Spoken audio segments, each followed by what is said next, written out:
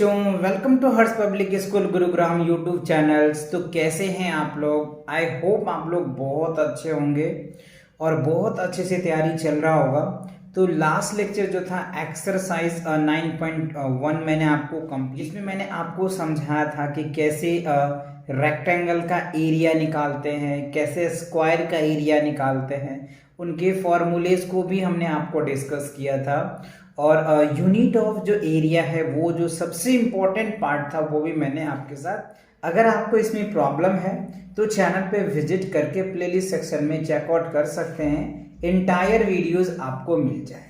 और अगर आप देख रखे तो वेल एंड गुड, बहुत अच्छी बात है। तो चलिए आज हम कवर करने वाले हैं एक्सरसाइज 9 जो कॉन्सेप्ट है उन कॉन्सेप्ट को भी हम आपके साथ डिस्कस करेंगे, जिससे कि आप इस तरह के क्वेश्चंस को बहुत आसानी से और इजी से सॉल्व कर पाओ। राइट, तो देखो आपको यहाँ पे क्या है, एरिया ऑफ कंपोजिट फिगर में क्या है ना, मिक्स होंगे। राइट, और उन मिक्स को हमें क्या करना है, सॉल्व करके दिखाना है। तो आप यहाँ पे देखिए एग्जाम्पल में क्या है, find the area of the given figure. तो इस फिगर को आप पहले एनालाइज करें। देखो ये जो साइड है ना बच्चों 3 सेंटीमीटर है, तो अगर मैं इसको मीट कर दूं, आप ऐसे समझिए, तो ये क्या होगा, ये भी 3 सेंटीमीटर हो गया, ये 2 है और ये 1 आ जाएगा, तो 2 और 1 3 हो जाएगा। तो ये भी 3, ये भी 3 और ये 2 सेंटीमीटर है, तो यहां से यहां की जो डिस्टेंस है ये भी 2 सेंटीमीटर बन जाएगा। तो देखो लेंथ हो गया 2 सेंटीमीटर और ये जो क्या है ब्रेथ हो गया 2 सेंटीमीटर। तो ये क्या बन गया, हमारा एक रेक्टेंगल बन गया। तो हम इसको नाम दे देंगे। अब यहाँ पे आइए, ये देखिए, इसको अगर लेते हैं तो ये भी क्या हो जाएगा, ये 2 सेंटीमीटर, ये 1, तो 3 हो जाएगा और ये 3 होगा। राइट, तो ये देखो ये फिगर आपका बन गया। अब इसका नाम हम ए दे देते हैं, इसका नाम हम बी देते हैं, इसका नाम हम सी दे देते हैं। ठीक है, तो देखो ये क्या बन गया, एक रेक्टेंगल बना। राइट, लेंथ और ब्रेथ है, length and breadth rectangle, length and breadth rectangle.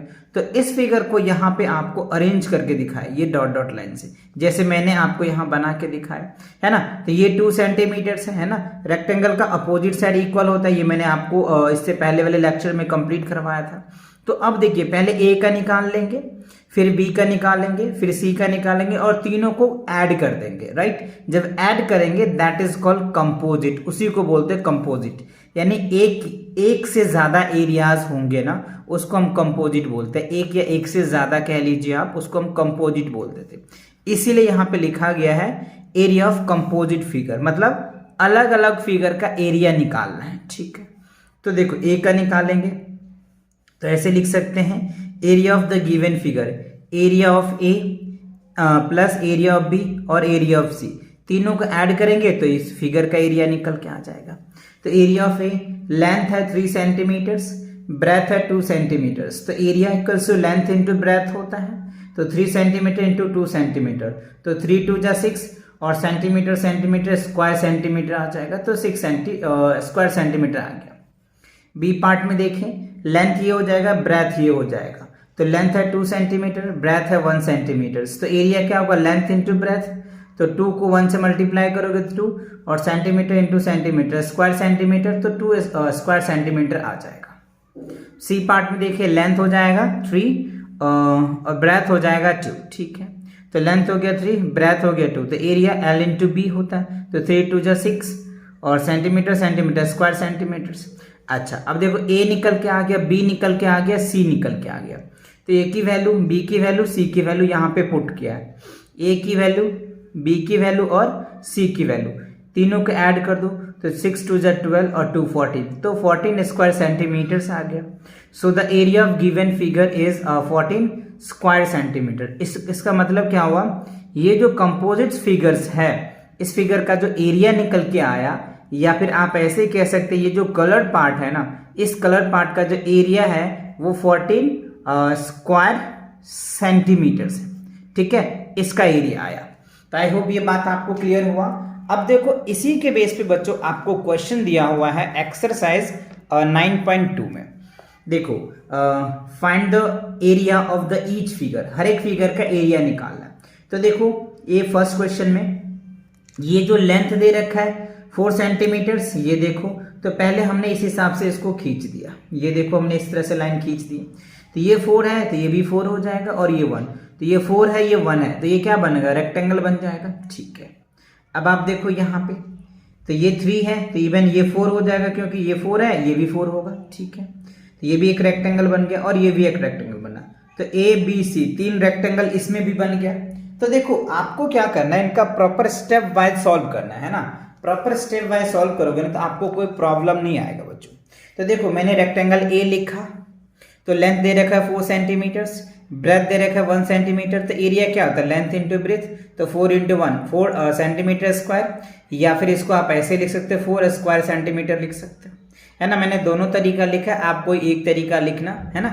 चलो बी देखो, रेक्टेंगल में 2 सेंटीमीटर 2 लेंथ था, 1 ब्रेथ था, तो एरिया एल इंटू बी होता है। ठीक है, एल इंटू बी, तो 2 इंटू 1 2 सेंटीमीटर स्क्वायर लिखो, या फिर 2 स्क्वायर सेंटीमीटर लिखो। ठीक है, अच्छा सी में देखो 4 सेंटीमीटर है लेंथ, ब्रेथ है 1 सेंटीमीटर, तो 4 एल इंटू बी होता है एरिया ऑफ रेक्टेंगल, तो 4 इंटू 1 4 सेंटीमीटर स्क्वायर लिखो या 4 स्क्वायर लिखो। ठीक है, अब देखो एरिया ऑफ गिवन फिगर का 4 + 4 8 + 2 क्या हो जाएगा, 10 स्क्वायर सेंटीमीटर आ जाएगा, 10 स्क्वायर सेंटीमीटर आ जाएगा। इसका मतलब ये हुआ कि ये जो फिगर है, ये जो आपका कंपोजिट फिगर्स आप कह लीजिए, इसका एरिया हमने कितना निकाला, 10 स्क्वायर सेंटीमीटर आ जाएगा। कितना आ जाएगा, 10 स्क्वायर सेंटीमीटर जो है ये आपका आंसर आ गया। ठीक है, अब देखो सेकंड क्वेश्चन में क्या कह रहा है, ये फिगर को आप समझिए पहले। ठीक है, इस फिगर को आप कम मतलब रेगुलर बनाने के लिए क्या करना पड़ेगा, पहले हमें यहां से एक लाइन खींचेंगे। तो ये देखो 4 सेंटीमीटर है, ठीक है, ओके, ये देखो 2 सेंटीमीटर है और ये भी 2 हो जाएगा, जब तो 2 2 4 बनेगा तो ये आपका 2 सेंटीमीटर आ जाएगा, और ये 4 सेंटीमीटर आ जाएगा, इवन ये 2 सेंटीमीटर आ जाएगा। तो ये क्या बन गया, रेक्टेंगल बना। ये 4 है और ये 3 है, तो ये भी एक रेक्टेंगल बना। तो इसको हमने ए नाम दे दिया और इसको हमने बी नाम दे दिया। तो अब रेक्टेंगल ए का एरिया निकालेंगे, फिर रेक्टेंगल बी का एरिया निकालेंगे, फिर दोनों एरिया को कंबाइन कर देंगे, तो एरिया ऑफ कंपोजिट फिगर का निकल के आ जाएगा। तो आप यहाँ पे देख पा रहे होंगे, एरिया ए का हमने रेक्टेंगल ए लिख दिया, तो लेंथ में 4 था 4 लिख दिया, ब्रेथ 3 था, तो एरिया ऑफ रेक्टेंगल क्या होता है, एल इंटू बी होता है। तो 4 3 12, तो 12 सेंटीमीटर स्क्वायर लिखो या फिर 12 स्क्वायर सेंटीमीटर लिखो, ये दोनों तरीके मैंने लिख दिया, आपको जो इजी लगे आप वो लिख लेना। ठीक है, तो ये आ गया।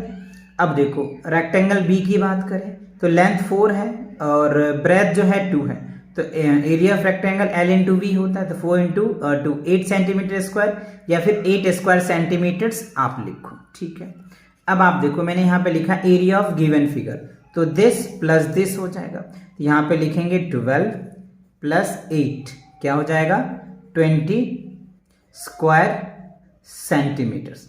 यानी ये जो कंपोजिट फिगर आया है हमारा, है ना, ये जो कंपोजिट फिगर आप देख पा रहे होंगे, इसका जो एरिया आया कितना आया, 20 स्क्वायर सेंटीमीटर आ गया। ठीक है, तो ये आपका आंसर निकल के आ गया। तो ये प्रॉपर स्टेप्स होता है बच्चों, है ना। प्रॉपर आप पहले उनको रेगुलर फिगर में कन्वर्ट कीजिए, जो मिक्स फिगर है, रेक्टेंगल है तो रेक्टेंगल, स्क्वायर है तो स्क्वायर, तो जो भी है आप उसे पहले कन्वर्ट करें, फिर उनको आप नेमिंग कर लें, जिससे कि एरिया निकालने में आपको प्रॉब्लम नहीं हो।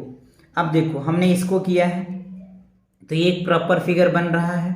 ये देखो ये टोटल लेंथ कितना हो जाएगा, 6 और ब्रेथ हो जाएगा 4, तो एल और बी आ गया। ठीक है, ये देखो लेंथ 6 है और ये ब्रेथ 4 है, तो ये आपका एरिया रेक्टेंगल बना, तो इसको हमने नाम ए दे दिया और इसको हमने नाम बी दे दिया। ठीक है, तो अब ए का पहले हम एरिया निकालेंगे, फिर बी का एरिया निकालेंगे, फिर वही सेम प्रोसेस दोनों के एरिया को क्या कर देंगे, ऐड कर देंगे।